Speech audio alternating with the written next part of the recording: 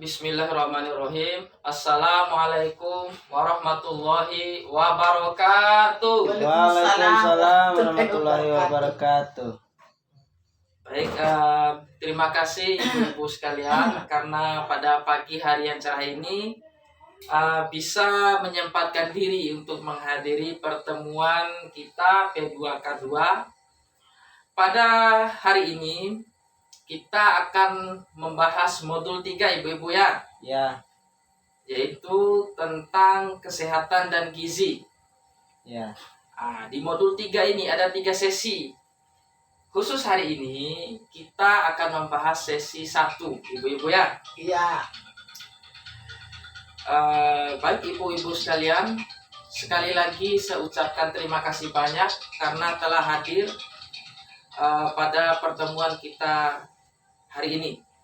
Sebelum kita memulai, mari kita sama-sama berdoa supaya kegiatan pembelajaran kita pada kali hari ini mendapatkan pemahaman yang diberikan Allah Subhanahu wa taala.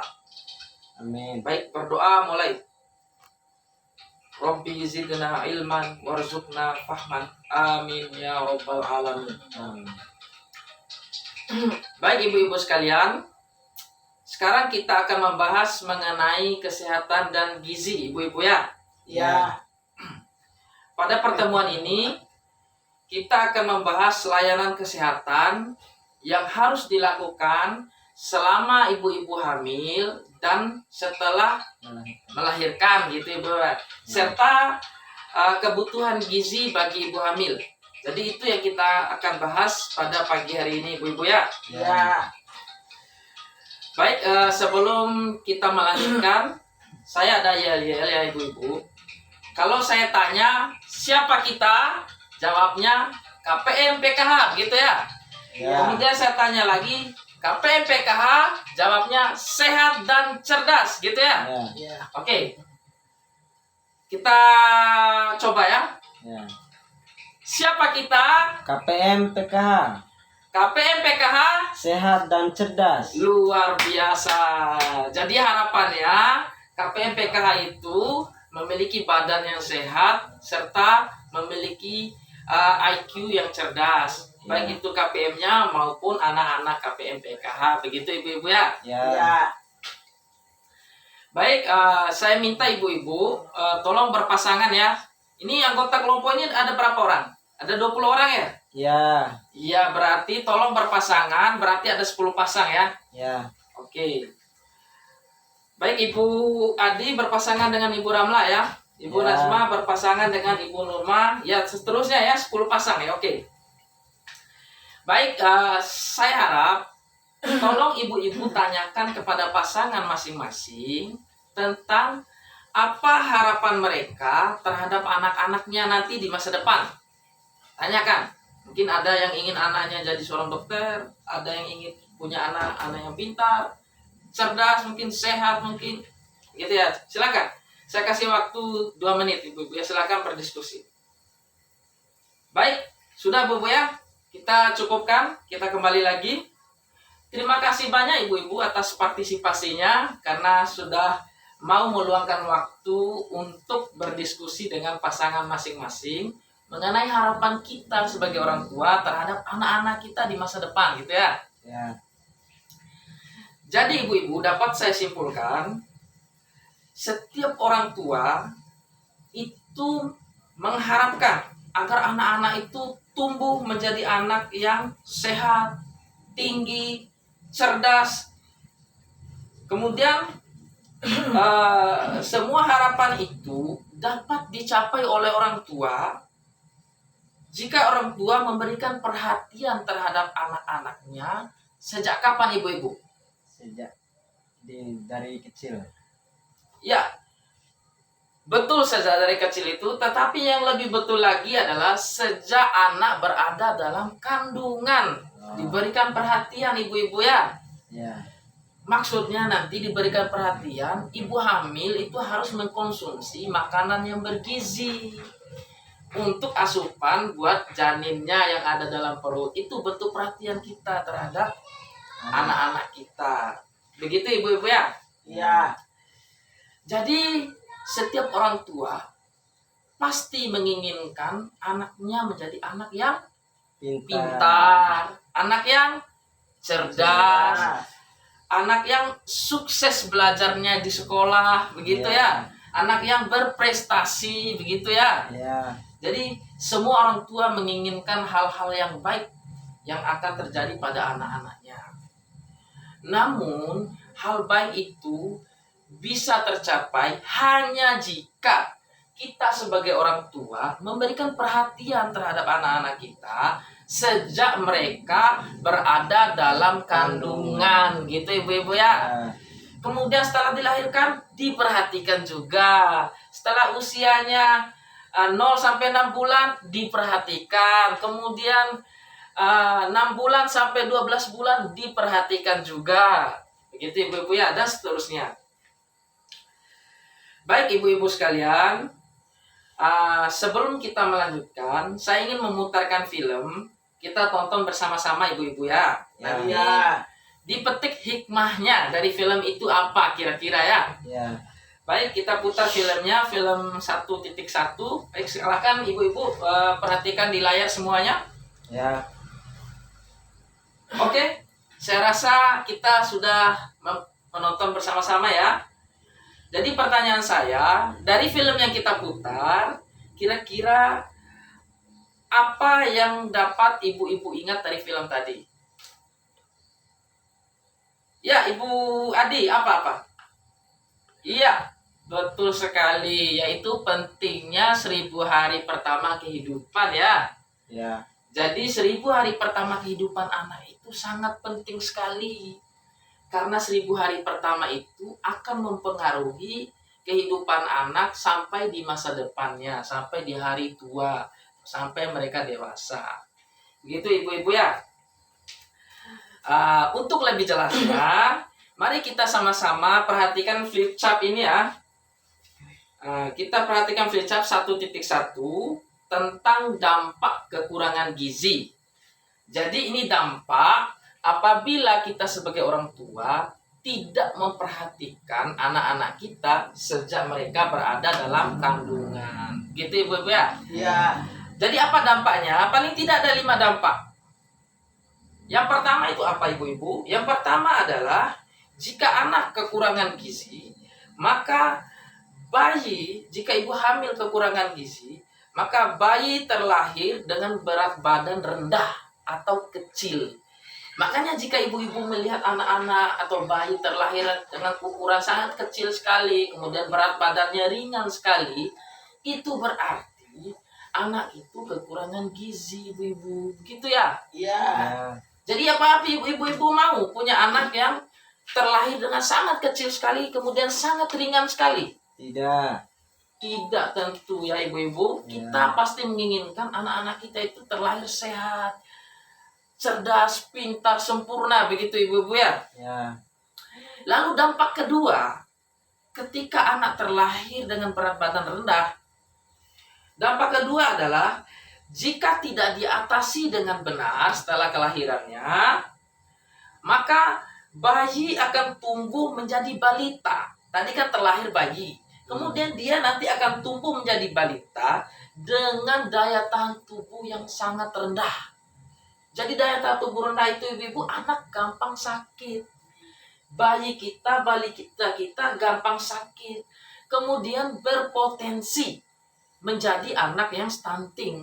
Stunting itu ibu-ibu pendek. Jadi tinggi badannya itu tidak sesuai dengan usianya. Misalnya usia anak seharusnya 3 tahun sudah sebegini tingginya. Tetapi anak dia masih segini kayak bayi gitu loh. Kayak bayi baru umur 6 bulan. Padahal usianya sudah 3 tahun. Itu namanya stunting ibu-ibu. Begitu ya? Dia berpotensi menjadi anak yang stunting. Kemudian dia juga berpotensi menjadi anak yang kurang cerdas. Itu ibu-ibu ya? Jadi begitu pentingnya kita memperhatikan anak kita sejak berada dalam kandungan. Jadi tadi kalau tidak kita memperhatikan berarti dia akan terlahir dengan berat badan rendah. Kecil dia. Kemudian nanti setelah menjadi anak-anak, nanti balita, dia menjadi anak yang apa tadi saya bilang ya, daya tahan tubuhnya rendah, gampang sakit, potensi menjadi anak yang stunting, pendek, kemudian kurang cerdas, gitu ibu-ibu ya. Ya. Kemudian dampak yang ketiga ibu-ibu, saking mengerikannya ini ibu-ibu, saat jadi anak sekolah, kemampuan belajarnya itu terganggu ibu-ibu. Prestasinya rendah. Dan biasanya dia tidak mampu melanjutkan sekolah. Jadi kemampuannya itu, kemampuan belajarnya rendah sekali ibu-ibu. Teman-temannya semangat belajar, dia malas. Kemampuan dia beradaptasi di sekolah juga rendah sekali. Sehingga nanti sering diejek sama teman-temannya, dibully sama teman-temannya. Kemudian apa ibu-ibu? Kemudian dalam kelas itu menjadi anak yang dianggap anak yang tidak berprestasi, anak yang bodoh, loadingnya lama, begitu ibu-ibu ya. Kasihan sekali anak kita begitu. Kalau kita tidak memperhatikannya ibu-ibu, begitu ya. Akibat tidak berprestasi, kemungkinan besar dia akan putus sekolah ibu-ibu, tidak mampu melanjutkan sekolah pada jenjang berikutnya, tidak mampu melanjutkan ke SMP, tidak mampu melanjutkan ke SMA karena kurang cerdas, begitu ibu-ibu ya. Ya. Kemudian dampak yang keempat, saat dia menjadi dewasa ibu-ibu, dia tidak mampu mencari pekerjaan yang layak. Pekerjaannya itu apa ibu ya? Tidak memenuhi standar. Sehingga penghasilannya juga rendah ibu-ibu ya.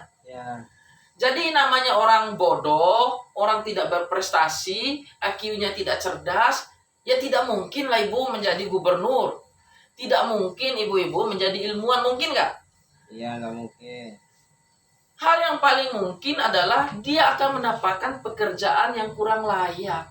Sehingga pendapatannya juga rendah. Begitu ibu-ibu ya. Apakah kasihan? Kalau pendapatannya rendah, berarti anak kita akan jadi orang miskin lagi dong ibu-ibu. Sedangkan tadi pada saat berdiskusi dengan pasangan, ibu-ibu kan tadi maunya anaknya yang pintar, yang cerdas gitu kan, yang sukses, begitu ibu-ibu ya. Ya. Makanya kita perhatikan ibu-ibu sekalian. Kemudian ibu-ibu sekalian, dampak yang kelima ibu-ibu. Setelah dia berkeluarga ibu-ibu, dia akan tidak mampu memenuhi kebutuhan makanan yang bergizi dan layanan kesehatan bagi keluarganya. Bagaimana mungkin dia mau menyediakan makanan bergizi bagi keluarganya sedangkan penghasilannya rendah ibu? Bagaimana mungkin bisa membeli daging? Bagaimana mungkin bisa membeli sayur-sayuran yang segar? Bagaimana mungkin bisa membeli buah-buahan untuk memenuhi vitamin dan proteinnya, vitamin dan mineralnya ibu-ibu, kalau penghasilannya rendah? Jadi dia nanti akan menjadi seorang kepala keluarga yang tidak mampu memenuhi kebutuhan makanan bergizi bagi anak-anaknya. Kemudian juga ketika anaknya sakit, keluarganya sakit, dia tidak mampu lagi memberikan layanan kesehatan kepada keluarganya. Karena ketika ke rumah sakit, bayar obat itu pakai duit, pakai uang ibu-ibu ya. Kalau penghasilannya rendah, bagaimana bisa membawa anaknya ke layanan kesehatan, bisa membeli obat, gitu ibu-ibu ya. Kasihan sekali. Itu semua terjadi hanya karena kita tidak memperhatikan anak kita pada 1000 hari pertama kehidupan ibu-ibu. Jadi dampaknya sangat jauh sekali buat anak-anak kita. Kasihan sekali ibu-ibu ya. Sampai saat dia berkeluarga nanti. Dan kemungkinan juga nanti anaknya juga akan mengulangi apa yang dirasakan oleh orang tuanya. Begitu ibu-ibu ya. Melalui program Keluarga Harapan ini, melalui pertemuan bulanan kita ini, disinilah kita mau merubah, kita mau memutus mata rantai kemiskinan itu ibu-ibu. Jadi ibu-ibu itu harus menjadi pengurus PKH KPM PKH yang cerdas, yang mampu memberikan yang terbaik bagi anak-anak kita, supaya anak-anak kita menjadi anak-anak yang cerdas, yang sehat, yang berprestasi, kemudian di masa depan menjadi orang yang mampu mendapatkan pekerjaan yang layak dengan penghasilan yang layak juga ibu-ibu, sehingga dapat memenuhi kebutuhan makanan bergizi bagi keluarganya serta layanan kesehatan bagi keluarganya kelak. Begitu ibu-ibu sekalian ya. Ya. Jadi begitu pentingnya 1000 hari pertama itu ibu-ibu sekalian. Baik ibu-ibu, untuk melanjutkannya kita buka lagi flipchart 1.2 ibu-ibu ya. Jadi pada flipchart ini ditunjukkan bahwa pentingnya 1000 hari pertama kehidupan itu ibu-ibu. Kapan 1000 hari pertama itu ibu-ibu? Jadi 1000 hari pertama itu ketika masih anak itu menjadi janin, berada dalam kandungan. Kemudian dari janin menjadi bayi setelah dilahirkan. Kemudian dari bayi menjadi anak, gitu ibu-ibu ya. Ya. Jadi kalau kita runut, itu 1000 hari pertama kehidupan itu adalah saat anak berada dalam kandungan, kemudian kelahiran dan nifas. Jadi 0 sampai 6 bulan ibu-ibu sekalian ya. Kemudian pada saat anak menjadi bayi, yaitu antara 6 bulan sampai 12 bulan.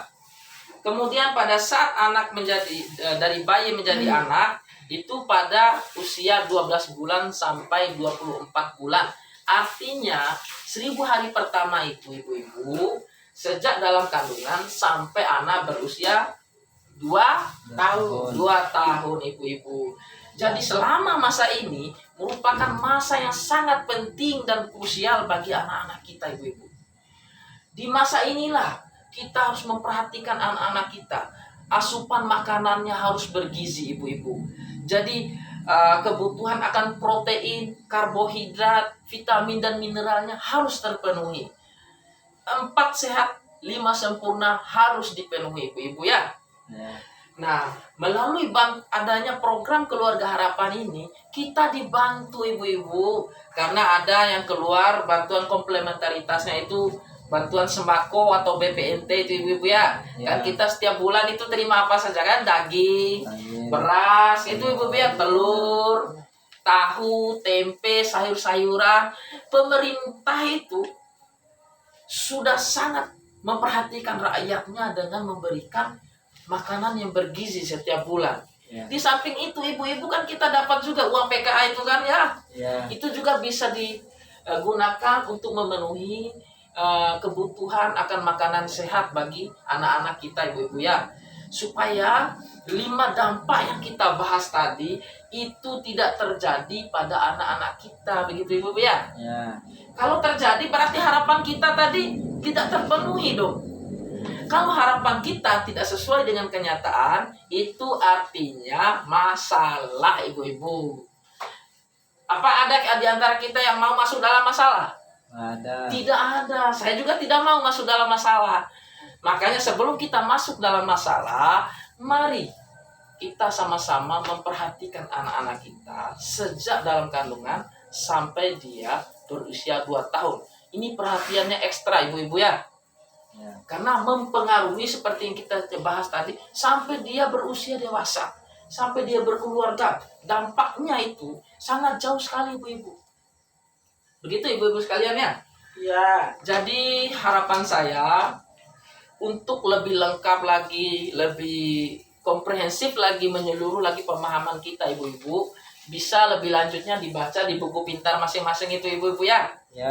Ya bisa, kalau ada yang tidak jelas juga bisa tanyakan juga ke saya sebagai pendamping atau ketua kelompok atau teman-teman yang lebih paham lagi ibu-ibu ya. Nah, jadi pengetahuan ini harus langsung kita praktekkan di rumah ibu. Jadi uang PKH itu jangan digunakan buat shopping-shopping barang yang tidak produktif ibu-ibu ya. Gunakan untuk membeli makanan sehat buat anak-anak kita, supaya tumbuh menjadi anak sehat dan cerdas. Baik ibu-ibu, sebelum kita akhiri, kita ulang yel kita tadi. Siapa kita? KPM PKH. KPM PKH sehat dan pintar. cerdas. Bagus. Terima kasih Ibu sekalian.